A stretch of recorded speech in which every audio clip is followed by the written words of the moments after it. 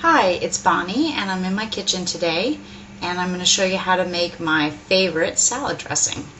So here we go.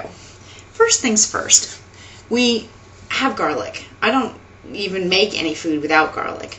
I've peeled this one already. This is essentially, what a garlic head looks like, and then you yank one of these things off. And I know a lot of people use different tools to get the skin off the garlic. And some people they hit it with the knife to squash it, and that makes the skin come off. I don't like to hit things, and I use exceedingly dull knives in the kitchen because I'm really prone to cutting myself accidentally.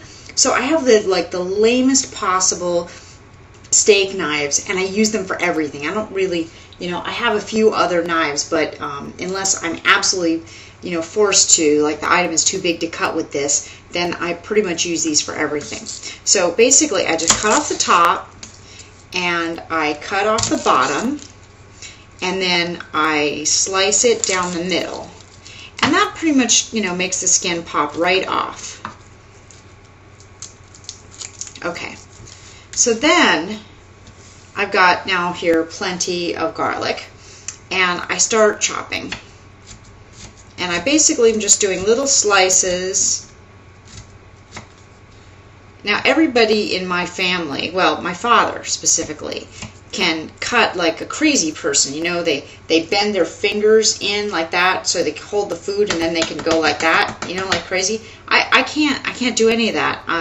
So I just be patient with myself.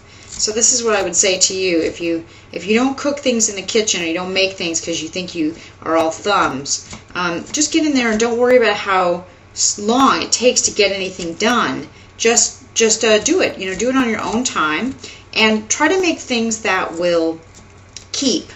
Like for instance, the salad dressing that I'm making today is good for a couple of months. So because it's made from ingredients that would either be in your cabinet, so they don't need refrigeration at all. So notice how I kind of cut each one of these into, like a little, I don't know what you'd call that shape, but anyway, I made all these little slits in there, and then I'm going to just simply turn them sideways and cut again, so that I can get tiny little bits of garlic. And I'm sure that there's kind of probably some kitchen tool that will just chop these up in a second, and if you've got that, great. But don't let having kitchen tools stop you from getting in the kitchen and having some fun. It's a lot like doing any kind of artwork, painting. If you don't have any brushes, you can always paint with your fingers, or a spatula, or or a feather that you find, or any kind of item at all pretty much will work to paint with. And if you don't have any paints, you can even make your own. There's lots of recipes for that on the internet about how to make your own paint. So what I'm saying is basically just do it. Just do it. Don't worry about how it looks. Okay, chopped garlic. That took a long time. We shall see. Okay, now the main thing that I use for this recipe is I use a small jar, and you can see based on the size of my hand that this is a fairly small jar. Fits nicely in my hand.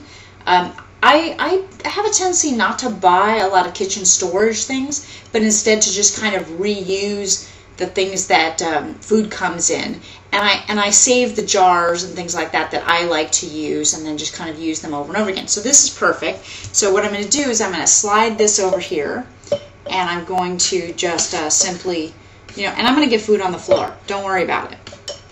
That's what sweeping is for, mopping and all that stuff, and I'm just not that tidy. I do keep the place clean, but cleanup has to happen. Okay, so we've got the garlic is now nicely in the jar. So now comes that was the hard part. So if you're still with me, here's the rest. First, I take some olive oil. I'm going to show you exactly how much of that I'm putting in. So I'm going to get this more in the center of the frame. There we go. And I basically pour, I kind of eyeball it. I think maybe based on the amount of garlic I put in, that's probably enough. Now I'm going to put in, oh, and here's the secret real quick. Here's the secret to salad dressings, and that is it's all oil. It's all oily material and non-oily material, and then things that are neutral. So this is oil, and here's some nice balsamic vinegar from a company called Trader Joe's, which we like a lot. Not an ad for them, just happen to like them. But any balsamic vinegar pretty much will do. And now you'll notice that it's kind of separated. And this is great. You don't need a measuring. You don't need anything to measure with. You just need to balance them. It's an equal part of each. And for some people who don't like heavy-duty balsamic dressings, you can actually use a little less balsamic and then use a bit of like wine vinegar, like rice wine vinegar or white wine vinegar instead. I like a rice wine vinegar because it has a nice, a little bit of sugary taste from the rice. Okay, then I want this to be not quite so thick, oily. So I'm going to break it down just a little bit with this, which is dry vermouth. Now, obviously, don't use this if you're, if you're abstaining from alcohol or you're feeding this to children. You might want to leave this off, or maybe you live in France and alcohol is a normal part of your diet. Okay, so the next thing is Worcestershire sauce. Worcestershire sauce. Many people don't know this, but this has in it what's it called? Anchovies. So if you are not doing anchovies, you're vegan, don't use this in your salad dressing. So I'm just putting this in for a little bit of flavor, and this kind of balances the vermouth because it's a little heavier. So you see how much I put in. Okay, so that wasn't very much, and it's got some kind of control top there.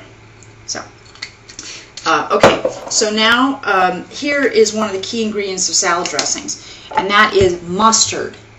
And I happen to use the Grey Poupon type with no seeds in it, no deli style or anything like that for my salad dressings. But here's why you need mustard in your salad dressing.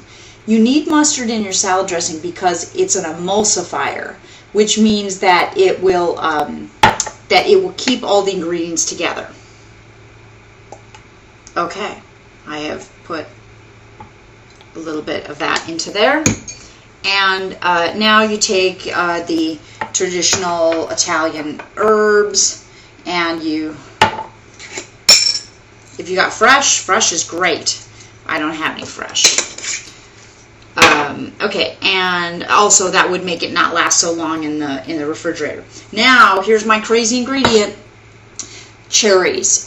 This is like a fresh cherry jam. It's really sweet, but the cherries, they're kind of chunky. So any kind of gourmet type cherry jam that you get from the market will do. Or any other kind of fruit like raspberry, or, and you can kind of see it's, oops, making a mess here. You can kind of see it's a little bit, chunky, and I'm going to put that much in. So this is fairly sweet, but it balances out nicely against the vinegar. And then one last secret ingredient, and that is cinnamon. Oh, this one hasn't been opened. Okay. Well, here's another use for one of my dull knives.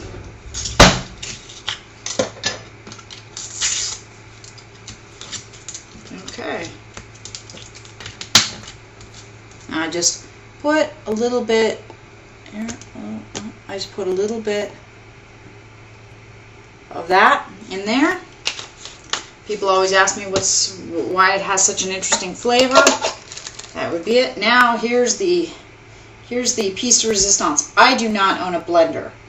Again, I think you don't need every kitchen tool in the world. I think you just need a few tools that you use over and over again effectively.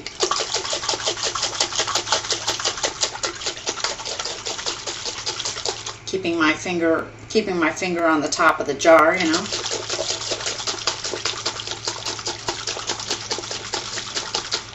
Okay, let us taste it now to see how it worked out.